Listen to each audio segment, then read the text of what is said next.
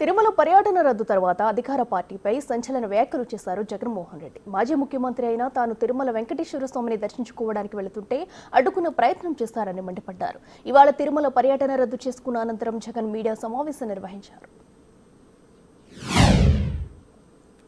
మామూలుగా ఈ టెండర్ల ప్రక్రియ, మామూలుగా ఈ తిరుపతి లడ్డుకు సంబంధించిన ఇవి కొనుగోలు చేసే నెయ్యి కానీ, ఈ పదార్థాలు కానీ కొనుగోలు చేసే ఈ కార్యక్రమం 6 నెలలకు ఒకసారి జరుగుతూ ఉంటుంది. తిరుపతిలో నెయ్యి కొనుగోలు చేసే కార్యక్రమం ప్రతి 6 నెలలకు ఒకసారి రొటీన్గా జరిగే కార్యక్రమం. దీనికి సంబంధించి దశాబ్దాలుగా జరుగుతూ ఉన్న కార్యక్రమం ఇది. ఇదేదో కొత్తగా ఒకరి వల్ల ఇప్పుడు జరుగుతూ ఉన్న కార్యక్రమం కాదు ఇది. 6 నెలలకు ఒకసారి ఈ టెండర్లు పిలుస్తారు. 6 నెలలకు ఒకసారి ఈ టెండర్ల ద్వారా ఎవరైనా కూడా క్వాలిఫై అయితే ఎవరైనా కూడా పార్టిసిపేట్ చేయొచ్చు.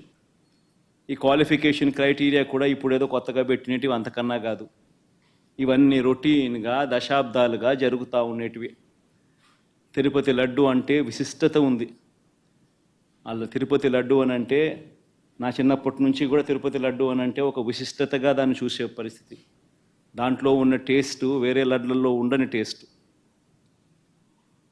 ఇది మనందరికీ కూడా చిన్నతనం నుంచి మనమంతా కూడా చూస్తూనే ఉన్నాం.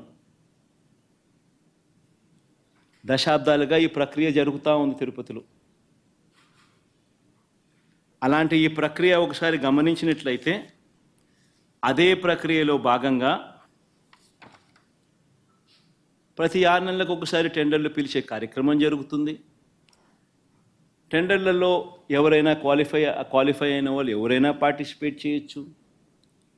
ఆ క్వాలిఫై అయిన వాళ్ళల్లో L1 ఎవరికైతే వస్తుందో, తక్కువ రేటు ఎవరైతే కోట్ చేస్తారో వాళ్ళకు న్యాచురల్గా టీటీడీ బోర్డు టెండర్ను అప్రూవ్ చేస్తుంది. ఇది ఒక రొటీన్ ప్రక్రియ. దీంట్లో గవర్నమెంట్కి సంబంధమే ఉండదు వాస్తవం చెప్పాలంటే.